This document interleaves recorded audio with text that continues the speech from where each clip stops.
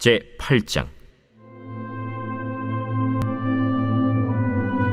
이스라엘 자손이 자기들의 성읍에 거주하였더니 일곱째 달에 이르러 모든 백성이 일제히 수문 앞 광장에 모여 학사 에스라에게 여호와께서 이스라엘에게 명령하신 모세 율법책을 가져오기를 청하매, 일곱째 달 초하루에 제사장 에스라가 율법책을 가지고 회중 앞, 곧 남자나 여자나 알아들을 만한 모든 사람 앞에 이르러 수문 앞 광장에서 새벽부터 정오까지 남자나 여자나 알아들을 만한 모든 사람 앞에서 읽음에 뭇 백성이 그 율법책에 귀를 기울였는데, 그때 학사 에스라가 특별히 지은 나무 강단에 서고 그의 곁 오른쪽에 선자는 마띠디아와 스마와 아나야와 우리야와 힐기야와 마아세야요, 그의 왼쪽에 선자는 부다야와 미사엘과 말기야와 하숨과 하스바다나와 스가랴와 무술람이라. 에스라가 모든 백성 위에 서서 그들 목전에 책을 펴니 책을 펼 때에 모든 백성이 일어서니라. 에스라가 위대하신 하나님 여호와를 송축하매 모든 백성이 손을 들고 아멘 아멘 하고 응답하고 몸을 굽혀 얼굴을 땅에 대고 여호와께 경배하니라.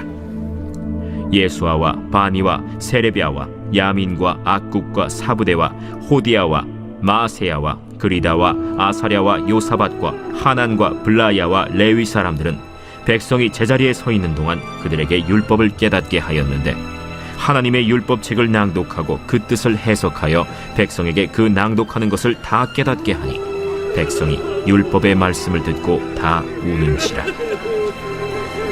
총독 느헤미야와 제사장 겸 학사 에스라와 백성을 가르치는 레위 사람들이 모든 백성에게 이르기를, 오늘은 너희 하나님 여호와의 성일이니 슬퍼하지 말며 울지 말라 하고, 느헤미야가 또 그들에게 이르기를, 너희는 가서 살진 것을 먹고 단 것을 마시되 준비하지 못한 자에게는 나누어 주라.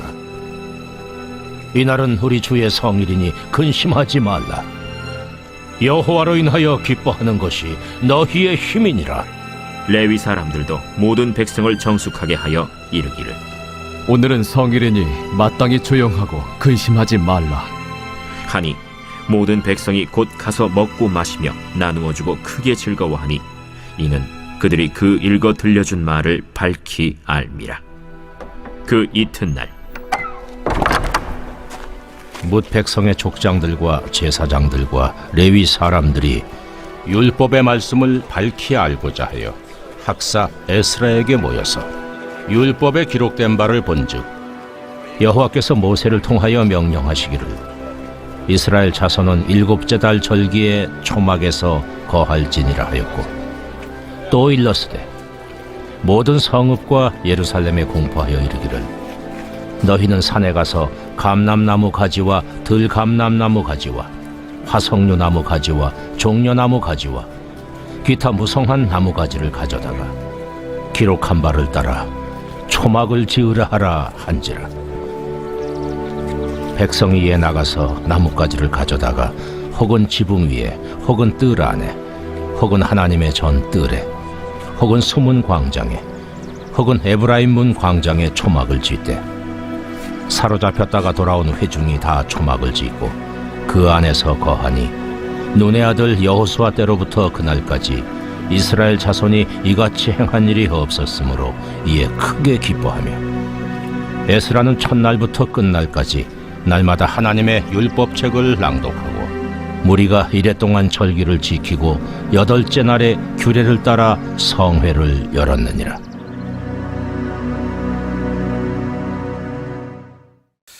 오늘 느헤미야 8장 말씀 함께 살펴보도록 하겠습니다.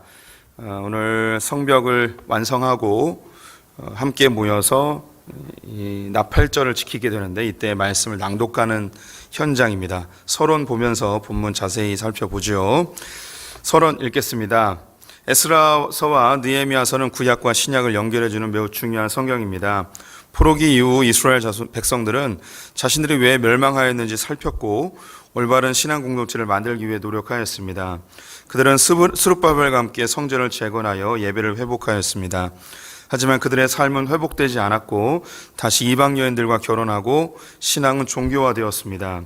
하나님은 성전에서의 예배 위에 말씀 공동체를 만들기 위해 에스라를 보내십니다. 이스라엘은 말씀에 반응하고 회개하고 이방 아내들을 내보내고 말씀대로 살기로 결단하였습니다. 하지만 외부 세력의 방해로 믿음의 공동체는 다시 시련을 맞이하게 되죠. 하나님은 믿음의 공동체를 견고히 세우는 성벽 공사를 느헤미야를 통해 진행하십니다. 성벽은 문을 중심으로 52일 만에 완공되었는데 예배와 말씀을 기반으로 한 견고한 하나님 나라 공동체를 추구해야 함을 보여주고 있습니다. 이제 이 하나님 나라 공동체는 하나님의 뜻이 이 땅에 실현되는 통로가 되어야 합니다. 이제 이것이 남아 있습니다. 에스라와 느헤미야를 간략하게 도표로 만들면 먼저 성전을 지음으로 예배 공동체가 회복되었고요. 에스라를 통하여서 율법이 선포됨으로 말씀 공동체가 회복되었습니다. 이렇게 예배와 말씀으로 견고히 세워진 공동체는 성벽을 이루어 하나님 나라를 만들어가야 합니다. 이 하나님 나라는 자기의 뜻대로 되는 것이 아니고 하나님의 언약, 하나님의 말씀, 하나님의 뜻이 이 땅 가운데 실현되어지는 공동체가 되어져야 하는 것이죠. 이것이 올바른 신앙 공동체, 믿음의 공동체라 할 수 있겠습니다. 구약의 이스라엘은 이것이 하나도 이루어지지 않았습니다. 성전에서의 예배는 솔로몬도 성전을 지을 때 거의 우상처럼 만들어 버렸고 성전에서의 예배는 종교화되었습니다. 또한 그들은 성전에 와서 말씀을 전혀 듣지 않았죠. 하나님 나라에 관심이 없었고 하나님을 잘 섬기면 자기 나라가 부강해지는 정도로만 생각을 하였습니다. 그들은 하나님이 그들을 향한 언약에 대해 관심이 없었습니다. 자신들이 원하는 것을 종교적 행위로 하나님께 얻어내려 하는 주술 정도로만 자신의 신앙을 사용하려 하였죠. 그래서 하나님께서 이스라엘 백성들을 다 멸망시켜 버린 것입니다. 그리고 에스라와 느헤미야 시대 때에 예배 공동체, 말씀 공동체, 하나님 나라 공동체, 그리고 언약 공동체로 만들어 가죠.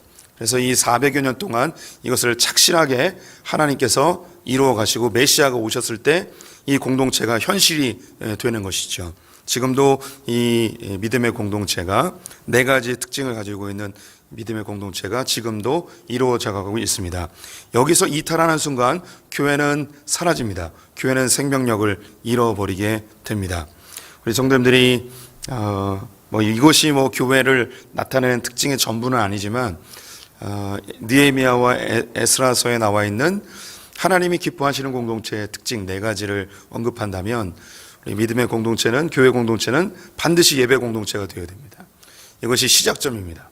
그리고 이 예배를 통해서 하나님의 말씀대로 살고자 하는 애씀, 이것이 산예배라고도 할 수 있고 말씀 공동체라 할 수 있겠죠. 그리고 우리가 하나님 나라를 이루어 가야 됩니다. 나 자신만을 위한 신앙생활이 결코 아니고 우리가 함께 하나님 나라를 부름을 받았고 하나님 나라를 이루어가는 하나님의 통치와 다스림이 임하는 그런 공동체가 되어야 하는 것이죠. 그리고 우리의 뜻대로 사는 것이 아니고 하나님이 우리를 향한 목적과 계획대로 우리를 내어드리는 언약 공동체의 삶을 살아야 할 것입니다. 밑에 설명 더 읽어볼게요. 그리스도인은 예수 그리스도의 십자가 사역으로 하나님과의 관계가 회복된 예배자들입니다. 그리스도인은 예배를 통해 받은 말씀을 삶으로 실천해내는 삶의 예배자로 성장해야 합니다. 또한 개인적 신앙에서 확장하여 공동체의 신앙, 즉 지체들과 함께 하나님 나라를 만들어가는 신앙으로 성장해야 합니다. 더 나아가 교회 공동체는 하나님의 뜻을 이 땅 가운데 실현해내는 하나님의 언약 공동체가 되어야 하는 것이죠. 우리 1절부터 3절까지 다시 한번 읽어볼게요. 우리 성도님들이 먼저 읽어봐 주십시오. 시작. 이스라엘 자손이 자기들의 성읍에 거주하였더니 일곱째 달에 이르러 모든 백성이 일제히 수문 앞 광장에 모여 학사 에스라에게 여호와께서 이스라엘에게 명하신 모세의 율법책을 가져오기를 청하매 일곱째 달 초하루에 제사장 에스라가 율법책을 가지고 회중 앞 곧 남자나 여자나 알아들을 만한 모든 사람 앞에 이르러 수문 앞 광장에서 새벽부터 정오까지 남자나 여자나 알아들을 만한 모든 사람 앞에서 읽음에 못 백성이 그 율법책에 귀를 기울였는데. 네, 1번입니다. 에스라는 언제 회중 앞에서 율법책을 읽었나요? 일곱째 달 초하루 7월 1일에 율법책을 읽었습니다. 에스라의 율법 낭독. 아닥사스다 왕 20년 2월 느헤미야는 성벽을 재건하기 위해 유다의 총독으로 예루살렘으로 향하게 됩니다. 도착 후 3일이 지나 성벽을 둘러보고 재건 계획을 수립하죠. 10개의 성문을 중심으로 가문별로 나누어 일시에 재건을 시작하게 됩니다. 이방 세력의 직간접적인 공격, 식량과 빛으로 인한 공동체 내부의 오래된 문제, 그리고 느헤미야에 대한 암살 시도 등이 있었음에도 불구하고 52일 만에 성벽이 완성됩니다. 그날이 6월 25일이었습니다. 오늘 본문은 7월 1일의 상황을 보여주고 있는데요. 5일 동안 성문을 달고 예루살렘 성에 거주할 사람들을 결정하기 위한 인구조사를 실시하게 됩니다. 조사 결과를 바탕으로 백성들의 지도자들은 예루살렘에 거주하였고 그 남은 백성은 제비를 뽑아 10분의 1의 백성들을 포함하여 자원한 자들이 예루살렘 성내에 거주하게 됩니다. 이건 11장에 나옵니다. 이렇게 인구조사가 진행되는 과정에서 7월이 되었습니다. 하나님은 1년 중 적어도 3번은 성전에 올라올 것을 명했는데요. 6월절, 맥주절, 초막절입니다. 그 중에 초막절이 7월 15일입니다. 유대인들에게 7월은 새해인데요. 나팔절 7월 1일을 시작으로 새해가 시작됩니다. 7월 초하루니까 지금 새해가 된 거예요. 지난 한 해 동안 지은 죄를 회개하고 정결하게 새해를 시작하는 대속죄를 지켜야 했습니다. 그리고 지난 한 해 동안 베푸신 은혜에 감사하며 새로운 한 해에도 주실 은혜를 기대하는 초막절을 지키게 하는 것이죠. 느헤미야가 성벽을 완성하였을 때 모든 백성들이 예루살렘 성내 수문 앞 광장에 모이게 되었는데요. 절기를 지키기 위해서 온 것임과 동시에 성벽 완공에 대한 봉헌식을 겸하여 올라온 것으로 보입니다. 봉헌식은 12장 27절에서 언급되어 있는데요. 정확한 날짜는 기록되어 있지 않습니다. 정황상 비슷한 시기에 진행된 것으로 보입니다. 성벽 공사를 함께 했던 백성들이 완공을 하고 집에 잠시 돌아갔다가 봉헌식과 절기를 즈음하여 다시 모인 것으로 보면 될 것입니다.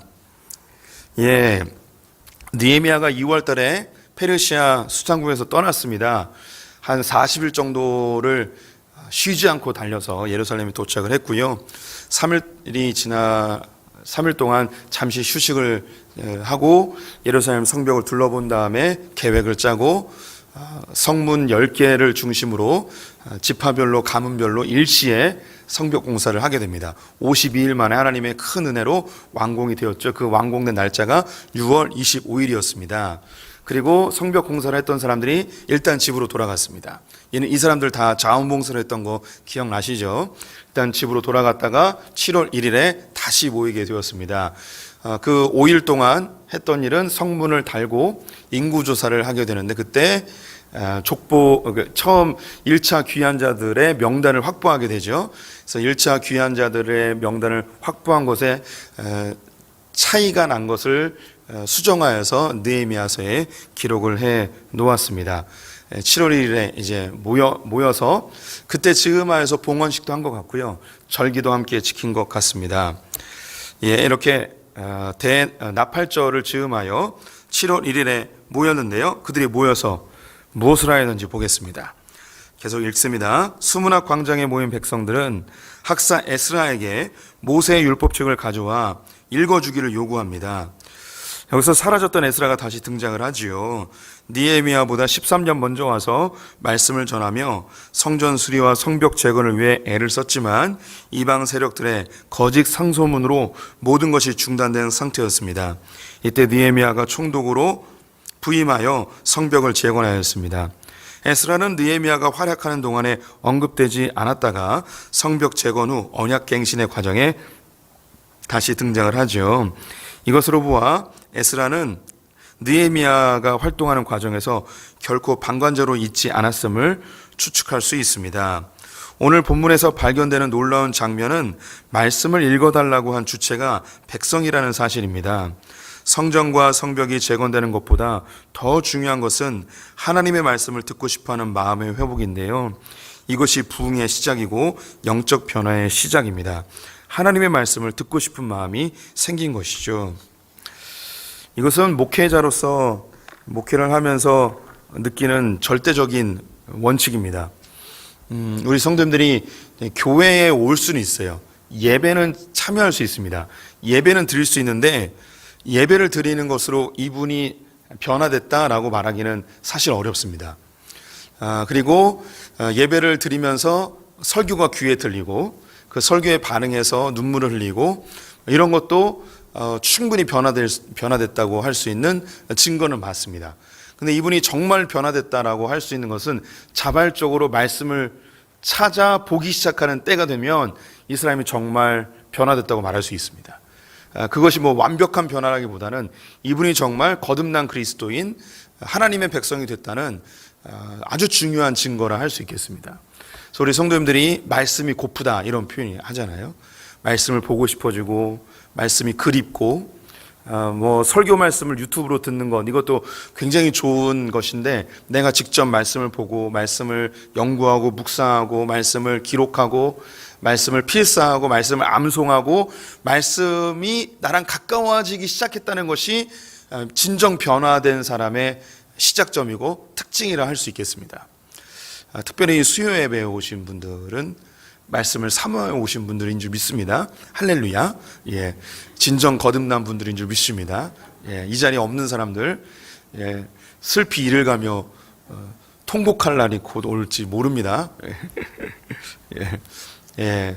이 이스라엘 백성들 포로로 끌려갔다가 정말 만신창이가 돼서 온 이 사람들이 성전이 완공되고 성벽이 재건되었을 때 그들에게 나타났던 변화는 뭐냐면 말씀이 궁금한 거예요. 왜 말씀이 궁금했을까요? 그들은 말씀을 직접 듣고 직접 읽지는 못하였지만 들은 바는 있어요. 하나님이 70년 만에 너희들을 돌아오게 할 것이다. 성전을 다시 세워줄 것이다. 이스라엘을 회복시켜 줄 것이다. 이런 이야기 들었잖아요. 그런데 성전이 정말 지어졌어요. 바벨론이 멸망되어지고 있을 수 없는 놀라운 기적 같은 일이 벌어졌습니다. 이스라엘을 중심으로 주변에 한 8개 국가가 있는데요. 이 국가들이 하나도 재건되지 않았습니다. 그런데 가장 작은, 가장 힘없는 유다가 재건되었습니다. 그들은 이거 놀랄 수밖에 없죠. 그리고 지금 이 성벽 안에 수문학 광장에 모인 이 사람들은 직접 성벽을 재건한 사람들입니다. 이방 사람들이 그렇게 비난을 하고 공격하고 느헤미야를 암살하려 하고 수없이 방해를 하고 거짓 상소문을 올려서 몇 차례씩 중단되었던 이 성벽 재건이 느헤미야와 함께 기도하면서 하나님 앞에 충성스럽게 감당하였더니 52일 만에 지어진 거죠. 느헤미야 자신도 이 일은 여호와께서 하셨다고 이야기하고 이 놀라운 일이 이방 사람들에게도 벌벌 떨게 할 만한 일이었다고 이야기하였습니다. 이스라엘 백성들은 눈으로 본 말씀이 아니라 직접 몸으로 경험한 하나님의 약속의 성취를 보면서 전율을 일렀을 것입니다. 도대체 하나님의 말씀이 뭐라고 기록되어 있길래 어떻게 정확하게 기록되어 있는지 알고 싶은 마음이 막 드는 거죠. 마치 사도행전의 베레아 사람들이 더 신사적이어서 말씀이 정말 그러한가 날마다 상고하였던 것처럼 그냥 귀로만 듣던 말씀이 아니라 내가 직접 경험하고 내 눈으로 확인하고 싶은 그런 욕구가 드는 거죠.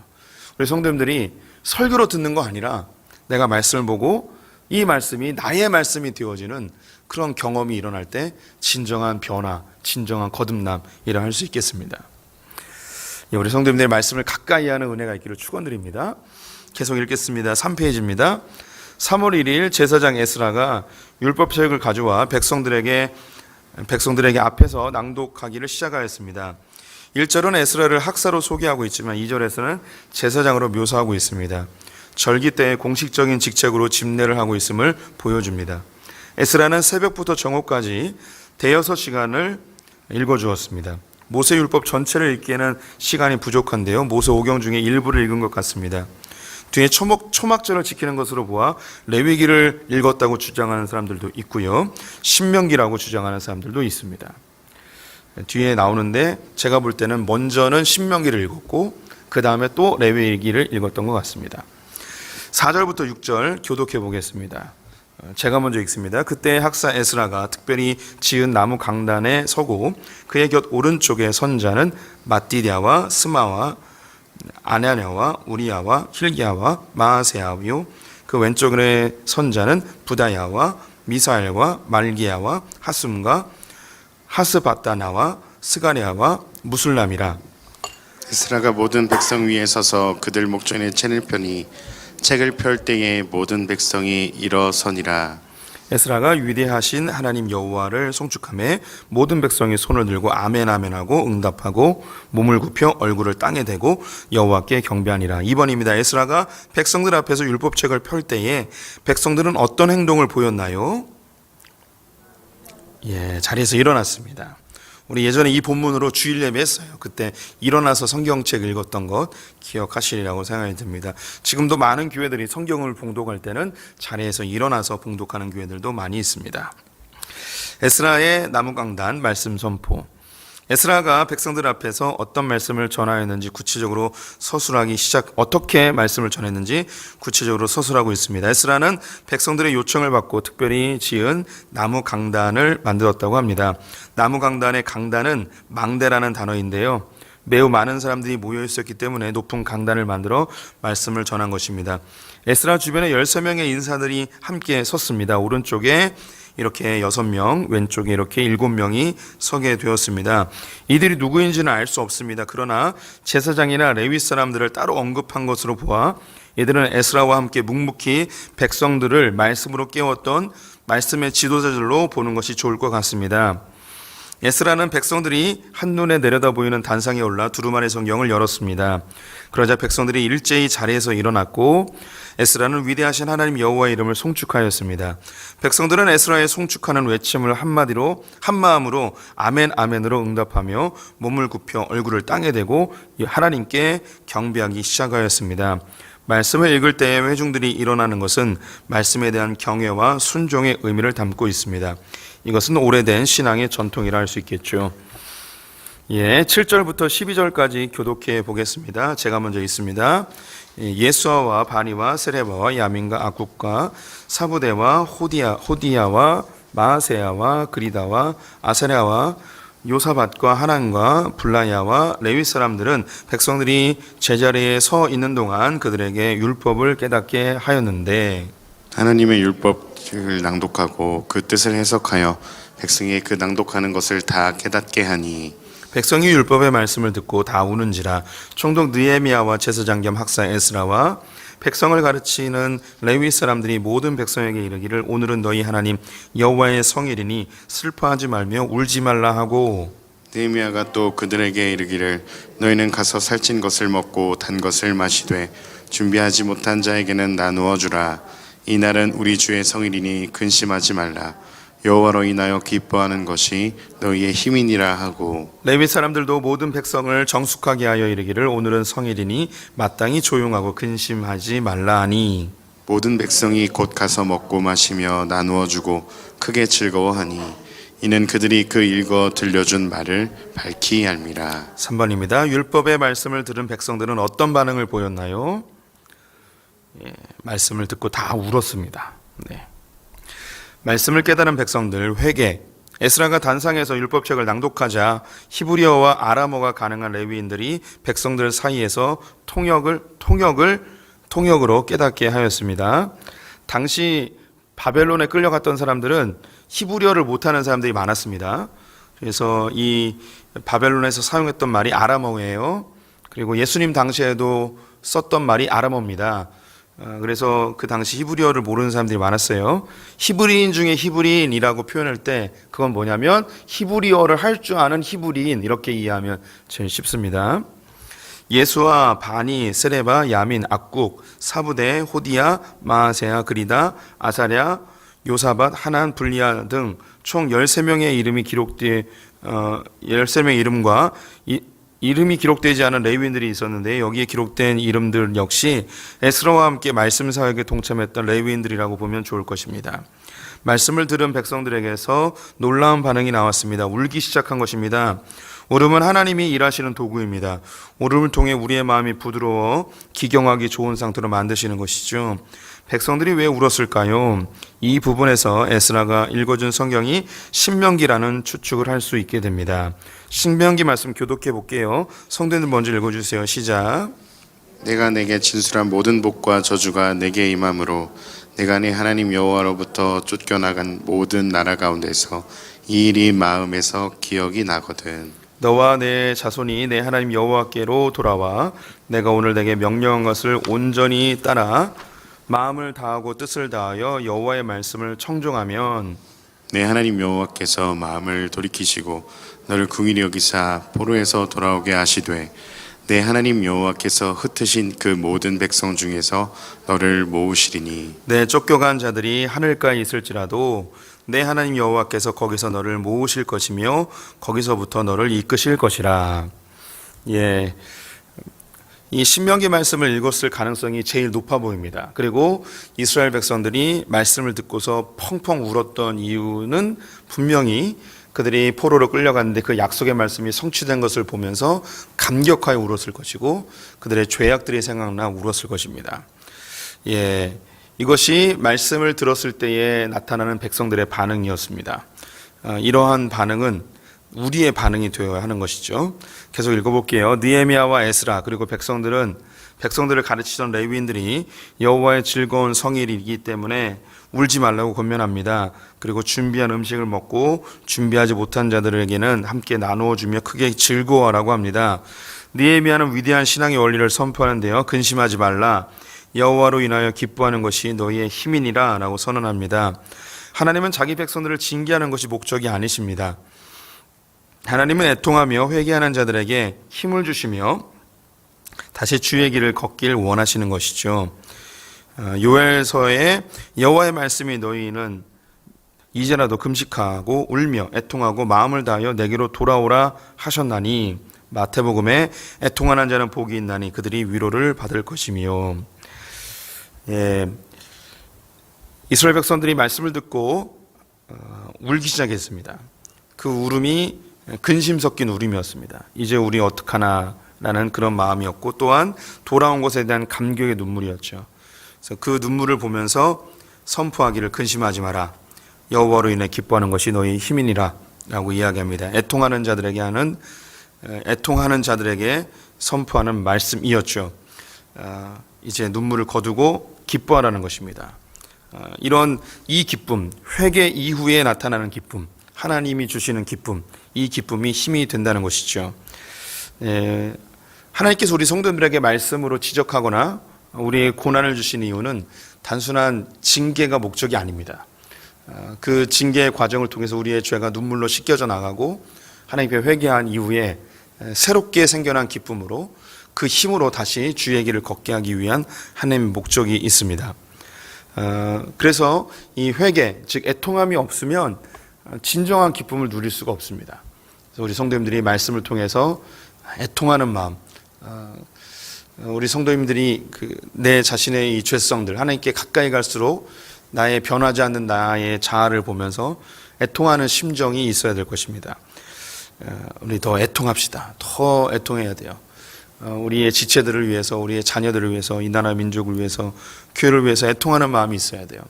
애통하는 것은 나 자신을 위해서 우는 것뿐만 아니라 다른 사람의 죄악을 내 마음에 품고 함께 울어주는 것도 애통함입니다. 그때에 새로운 하나님의 역사가 일어나는 것이죠. 마지막 부분 13절에서 18절 교독해 보겠습니다. 성도님들 먼저 읽어주세요. 시작. 그 이튿날 백성의 족장들과 제사장들과 레위 사람들이 율법의 말씀을 밝히 알고자 하여 학사 에스라에게 모여서 율법에 기록된 바를 본즉 여호와께서 모세를 통하여 명령하시기를 이스라엘 자손은 일곱째 달 절기에 초막에서 거하실지니라 하였고 또 일렀을 때 모든 성읍과 예루살렘에 공포하여 이르기를 너희는 산에 가서 감람나무 가지와 들감람나무 가지와 화석류 나무 가지와 종려나무 가지와 기타 무성한 나무 가지를 가져다가 기록한 바를 따라 초막을 지으라 하라 한지라. 백성이 이에 나가서 나뭇가지를 가져다가 혹은 지붕 위에 혹은 뜰 안에 혹은 하나님의 전뜰에 혹은 수문 광장에 혹은 에브라임 문 광장에 초막을 짓되 사로잡혔다가 돌아온 회중이 다 초막을 짓고 그 안에서 거하니 눈의 아들 여호수아 때로부터 그날까지 이스라엘 자손이 이같이 행한 일이 없었으므로 이에 크게 기뻐하여 에스라는 첫날부터 끝날까지 날마다 하나님의 율법책을 낭독하고 무리가 이래 동안 절기를 지키고 여덟째 날에 규례를 따라 성회를 열었느니라. 4번입니다. 율법을 들은 백성들은 자원하여 무슨 절기를 지켰나요? 무슨 절기일까요? 초막절입니다. 초막절을 지켰습니다. 초막절을 지킨 백성들, 말씀 실천. 말씀을 듣고 회개한 백성들은 다음날 에스라에게 찾아왔습니다. 말씀을 더 들려달라는 것이었습니다. 도대체 이게 어떻게 된 일입니까? 그들은 말씀을 함께 읽다가 초막절에 대해 알게 되었습니다. 바로 7월 15일이었던 것이죠. 백성들은 또다시 흥분하기 시작했습니다. 바벨론과 페르시아에서 지키지 않았던 절기였습니다. 잊고 있던 절기를 지킬 마음이 생긴 것이죠. 백성들의 지도자들은 각 성읍과 예루살렘에 공포하여 초막절을 준비하라고 합니다. 산에 가서 감람나무, 들감람나무, 화석류나무, 종려나무, 기타 무성한 나뭇가지가 있는 나무로 초막을 준비하라는 내용이었습니다. 이에 백성들은 지붕 위에 뜰 안에 성전뜰에 수문광장에 에브라임문 광장 등 곳곳에 초막을 짓고 7일 동안 절기를 지키게 됩니다. 놀라운 일입니다. 이렇게 전 국민이 자발적으로 초막절을 지킨 것이 여호수아가 이스라엘 백성들을 인도하여 가나안 땅에 들어온 이후로 처음 있는 일이라고 합니다. 더 놀라운 것은 이 초막절 7일 동안 에스라는 날마다 하나님의 말씀을 낭독하는 말씀 사경회를 진행하게 된 것이죠. 최초의 말씀 사경회였습니다. 지금도 이스라엘은 이 초막을 만듭니다. 초막절에 우리로 이야기하면 추석이에요. 똑같은 날이에요. 그리고 일주일 동안 그들은 말씀을 계속 낭독하는 일을 합니다. 그래서 밑에 성전과 율법, 성벽, 언약 이런 순서로 되어 있는데요. 우리의 신앙생활도 이렇게 진행이 됩니다. 먼저는 예수 그리스도의 보혈로 예배가 회복되고요. 그리고 말씀이 우리 안에 선포가 되어지면 회개가 일어납니다. 그리고 그 말씀대로 살고자 하는 그런 우리의 열정과 사모함이 생기게 되어지죠. 이 말씀을 보면서 평양 대부흥 운동이 마음에 떠올랐습니다. 그래서 오늘 한 19분짜리인데요. 좀 길긴 해요. 하지만 우리 성도님들과 함께 평양 대부흥 운동이 마치 느헤미야 에스라의 부흥 운동과 결을 같이 하는 듯하여서 그것이 우리에게 신앙에 좀 도움이 될까요? 함께 보도록 하겠습니다. 100년 전 한반도에 일어났던 뜨거운 성령의 불길. 주님의 강권적인 역사가 있었던 1907년 평양 대부흥운동은 철저한 죄의 고백을 통해 개인과 교회, 나아가 한국 사회의 변화를 가져왔다. 놀라운 하나님의 은혜로 한국교회의 부흥을 가져왔던 평양 대부흥운동. 우리는 지금 바로 이것에 대해 이야기하고자 합니다.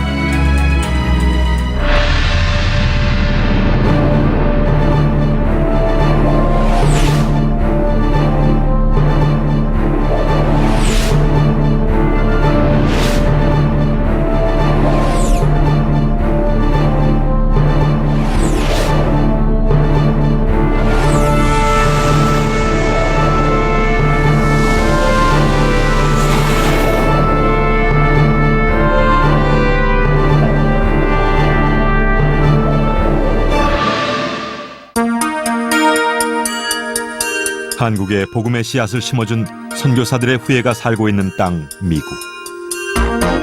이곳에는 평양 대부흥운동이 일어났던 시기 그 놀라운 역사에 동참했던 선교사의 후손들이 살고 있다.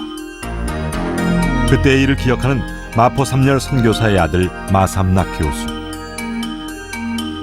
안녕하세요. 1905, and this is my home, where I was born. My father were classmates in college, Underwood, and Dr. Swallen and Dr. Baird, and this is Kim Sung-ju and Han Seok-jin and Seok-young-jo and Lee Ji-bung. He's the one who stoned my father. The 독립신문. 독립신문. I remember 대한선 독립 만세. 마삼나 교수는 그때의 일을 또렷하게 기억한다. Do their business on the road out here. 평양 대부흥운동은 복음이 메말랐던 한국 땅에 생수의 강이 흐르게 했던 놀라운 은혜의 현장이요, 한국 교회 역사의 큰 전환점이었다. And the year before the revival broke out, there were in the Pyongyang area, maybe it was a little larger, but there were 30,000 new converts in the year before the revival broke out, which is very interesting. But 30,000 baptisms don't always mean 30,000 new Christians. And it was the revival when they discovered what their Christianity really meant, for the proclamation of the gospel and for doing the gospel. Very quickly. 20세기 초 한반도는 강대국들의 침략 전쟁으로 온 천지가 피비린내 가득한 참혹한 땅으로 변했다. 이 와중에 전쟁의 상처는 깊어갔고 백성들의 심령 또한 피폐해졌다. 당시 소수자였던 기독교인들도 그랬고 일반 민중들의 정서도 그랬지만은 현실 가운데에서는 희망을 찾기 어려운 그러한 폐허감이 팽배됐다 이렇게 볼 수 있습니다. 그리고 그 전쟁 참화의 과정 속에서 생명에 대한 불안 그리고 미래에 대한 불확실들이 강력하게 작용하면서 한국인들의 마음밭이 대단히 피폐된 그런 상황이었습니다. 황폐화된 심령에 선교사들은 믿음의 씨앗을 뿌리기 시작했다. 복음을 전하는 것은 물론 어려운 가정을 위해 염소 한 마리씩 물질로도 도움을 주었다. 선교사들은 성도들이 성경을 읽을 수 있도록 영어 성경을 한글로 번역했다. 이로써 누구나 성경을 읽을 수 있게 됐고, 언더우드가 손수 만든 한영 문법책은 선교사와 한국인들 간의 의사소통을 도왔다. 또한 미래의 교육을 위해 학교를, 치료가 필요한 이들을 위한 병원도 세웠다. 한반도의 복음을 위해 파송된 선교사들, 이들 중 대부분은 미국의 무디 부흥운동의 영향을 받은 인물들이었다. 19세기 미국 부흥운동의 주역이었던 위대한 전도자 드와이트 무디. 무디는 찬양 전도사 생키와 함께 말씀과 찬양을 통한 순회 집회로 많은 영혼들을 주께로 인도했다. 무디 부흥운동의 영향을 받은 수많은 젊은이들이 세계 선교를 꿈꾸기 시작했고, 그 영향 아래 많은 외국 선교회가 조직됐다. 한국에 입국한 선교사들 역시 이때 세계 선교를 열심한 신학생들이 대다수였다. 1886년에서 1888년 약 2년 사이에 미국의 많은 기독교 대학교, 그다음에 신학교 학생들이 해외 선교를 위하여 직접 본인이 가거나 또는 보내는 선교사로서 그렇게 자원한 학생 수가 약 2,000명에 달했다는 기록을 갖고 있어요. 미국에서 일어난 무디 부흥운동을 비롯해 영국의 웨일즈, 인도카시아 부흥운동, 아주사 부흥운동 등 하나님의 은혜를 온몸으로 체험하는 일들이 세계 곳곳에서 이미 일어나고 있었다. 전 세계에 걸쳐 나타난 영적 부흥운동은 성령의 감동으로 뭇 영혼들을 흔들어 깨우는 신앙의 촉매제 역할을 했다. 모두가 나의 죄를 고백하며 하나님께로 돌아오는 은혜의 역사가 일어났던 것이다. 무디의 친구던 프란손 목사, 그 다음에 뉴욕에서 목회하던 잔스톤 목사, 영국의 선교운동가 멘틀, 일본에서 선교사로 일하던 복스톤, 이런 사람들이 한국에 많이 다녀갔습니다. 바로 이런 세계적인 부흥운동의 영향으로 전 세계적인 부흥의 기운이 일고 있을 무렵 한반도도 예외는 아니었다. 말씀에 대한 열정이 뜨겁게 타올라 성경 공부를 하는 사람들은 날이 갈수록 늘어났고, 교회마다 신학반을 따로 운영해야 할 정도로 놀라운 성장을 보였다.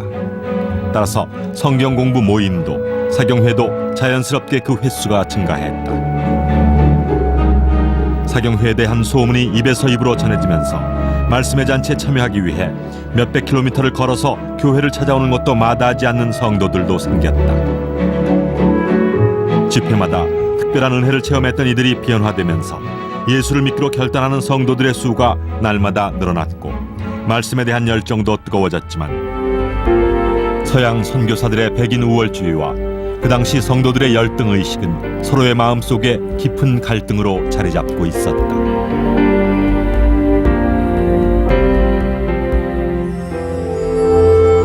선교사와의 보이지 않는 갈등 가운데서도 곳곳에서 열렸던 사경회에 특별한 은혜가 함께할 무렵 한반도의 영적 각성 운동을 촉발시킨 가장 두드러진 사건이 일어났다. 그 시작은 남감리교의 파이트와 캐나다 장로교 맥컬리라는 여선교사가 원산에서 시작한 작은 기도회부터였다. 처음엔 선교사 2사람만의 기도 모임이었으나 나중에는 원산 지역에 있는 모든 선교사들이 함께하는 기도회로 발전했다. 이들 중 가장 강력한 성령의 역사를 체험한 사람은 바로 이 기도회 강사로 청빈된 선교사 하디였다. 캐나다 홀디맨드 출신의 의료 선교사였던 하디. 토론토 대학 의과대학을 졸업한 그가 그 당시 잘 알려지지도 않았던 나라 조선 선교에 관심을 갖게 된 건 1888년 토론토 YMCA 대표로 한국에 파송된 선교사 제임스 게일 때문이었다. 이제 게일이 부산에 있으면서 이 토론토로 편지를 보냅니다. 이렇게 메디컬 YMCA로 그 YMCA에서 그래서 메디컬 미션을 하나 보내주면 나와 함께 이렇게 동역을 할 수 있을 테니까 너희들도 그 선교사를 하나 파견해라고 하는 편지를 하나 보내거든요. 자 그때에 모든 사람들이 큰 이 자극을 받지요. 야, 우리도 그걸 보내자 이제 이렇게 해서 하디는 결정적으로 자기 가고 싶은 생각도 있었지만서도 이제 게일의 그러한 이 요구도 있고 자기의 동기도 있고 그래서 하디가 이제 한국에 나가는 그런 선교 열매를 맺었다고 나는 그렇게 보는 거죠. 입국 후 하디는 게일과 함께 의료 활동과 복음 전하는 일에 열심이었다. 그러나 가는 곳마다 선교의 결실은 그다지 좋지 않았다. 특별히 강원도의 교회가 처음 세워진 직영대 지역의 실패는 그에게 큰 타격을 주었고 그는 선교 실패의 원인을 한국 사람들에게 돌렸다. 그러던 어느 날 선교사들의 기도 모임에 참여한 하디에게 자신의 죄를 낱낱이 고백하는 놀라운 역사가 일어났다. 성령이 내게 오셨을 때 그의 첫 요구는 나의 선교사 생활의 대부분을 함께 보냈던 선교사들 앞에서 나의 실패와 그 실패의 원인을 시인하게 하시는 것이었습니다. 그것은 고통스럽고 굴욕적인 경험이었습니다. 하디 한 사람의 변화로 함께했던 다른 선교사들도 자신의 죄에 대한 자복이 이루어졌다. 어바력 선교사는 거리로 뛰어나가 뛸 듯이 기뻐했으며 선교사들은 물론 성도들까지 자신의 죄에 대한 고백이 낱낱이 이루어졌다. 이제는 결코 상상할 수 없었던 일들이 나타나기 시작했다. 원산 감리교회에서 하디는 성도들 앞에서 울면서 고백하기 시작했다. 저는 조선 사람들은 나와 다른 인종이라 어쩔 수 없다는 편견에 사로잡혔습니다. 저는 성령 충만하지 못했습니다. 하디의 고백에 한국 성도들 역시 자신들도 선교사님을 미워했다며 용서를 구했다. 지도자로서 그의 진정한 회개와 고백이 성도들을 깊은 영적 잠에서 깨운 것이다.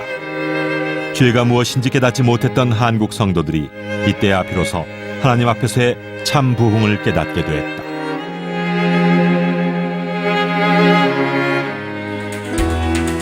(1904년에) 들어서면서 하디의 활동은 더욱 활발해져 그가 이끄는 사경회는 전국적으로 퍼져나갔고 원산 부흥운동을 저변 확대시키는 계기가 되었다. 하디가 다니면서 원산 근방에 다니면서 이제 그 부흥운동, 재고백운동, 해경운동을 했단 말이야. 그거에 3년 동안 저 3년에 그렇게 여러 가지 생기니 요거 자격교회라고 있지. 요거 자격교회에서 야 우리 글을 모셔다가 한번 붕괴하자 했는데 자격교회 오기 전에 개성화에서 해서 개성화에서 또 그렇게 이제 했단 말이에요. 이제 눈물 흘리면서 그 하디가 자기의 죄를 고백을 하고 나 요것서 내내 새 힘을 얻었다. 여러분도 고백하고 죄를 자복받아야 자 사함 받아야 우리가 하나님 앞에 진정한 신자가 됩니다. 신앙이 참된 신앙이 됩니다. 하디의 부흥회가 계속되면서 선교사들도 변화되기 시작했다. 1906년 당시 평양 장대현 교회 담임 이기람 선교사는 하디를 초청했고 하디의 집회에서 길선주를 비롯한 많은 한국인들과 선교사들이 큰 은혜를 체험했다.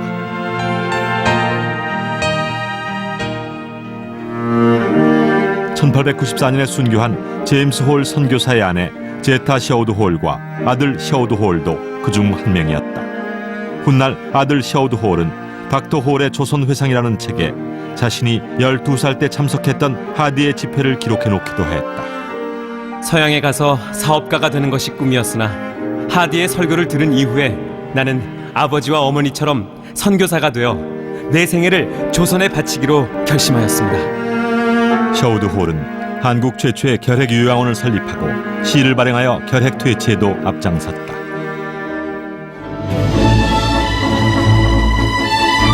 이렇게 시작된 영적 부흥의 기운은 전국으로 점차 확산됐다. 1907년 평양 모든 선교회들이 성령의 은혜를 사모하며 평양에서 열리는 사경회에 놀라운 역사가 있기를 기도했다. 이런 가운데 1907년 1월 2일부터 15일까지 평안남도 겨울 남자 도 사경회가 열렸고 선교사들의 정오 기도회는 사경회의 영적 분위기를 더욱 촉진시켰다. 이전보다 더 강력한 성령의 빛이 비추기 시작한 것이다. Particularly Blair and Graham Lee and Swallen.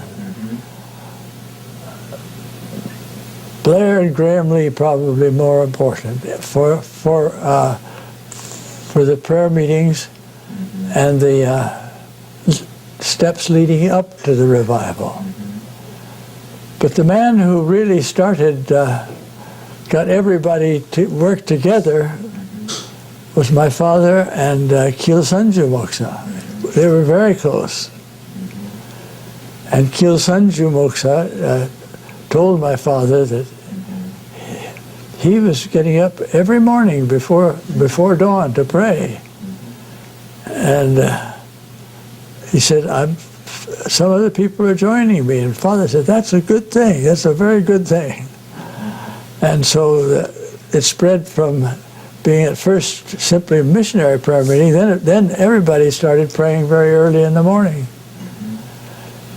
And out of that, they think came the work of the Spirit that finally broke out as at Pentecost in the Great Revival, 1907.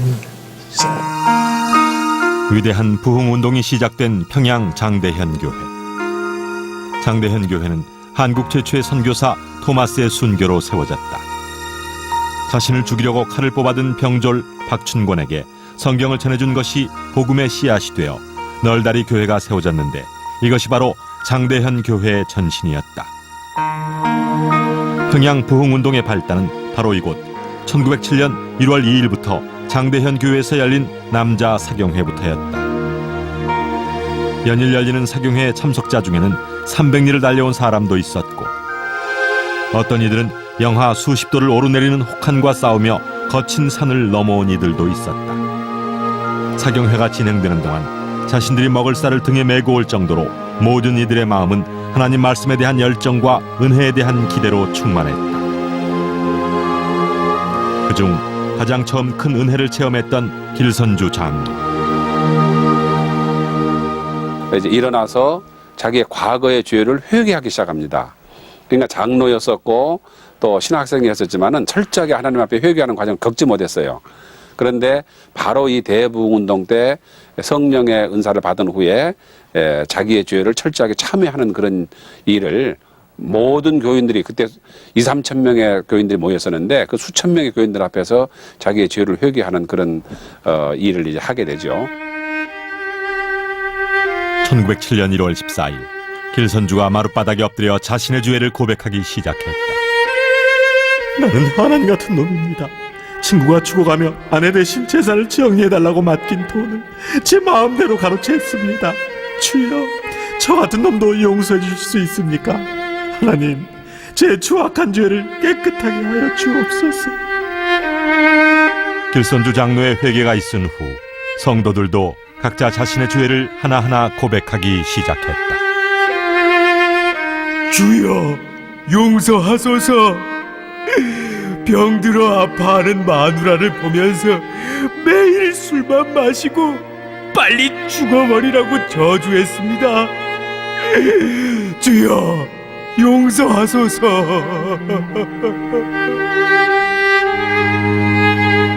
하나님, 저는 제 욕심 때문에 첩을 둘이나 두고 아이들과 마누라 생각은 전혀 하지도 않았습니다. 하나님이 싫어하시는 일을 일삼았습니다. 용서해 주소서.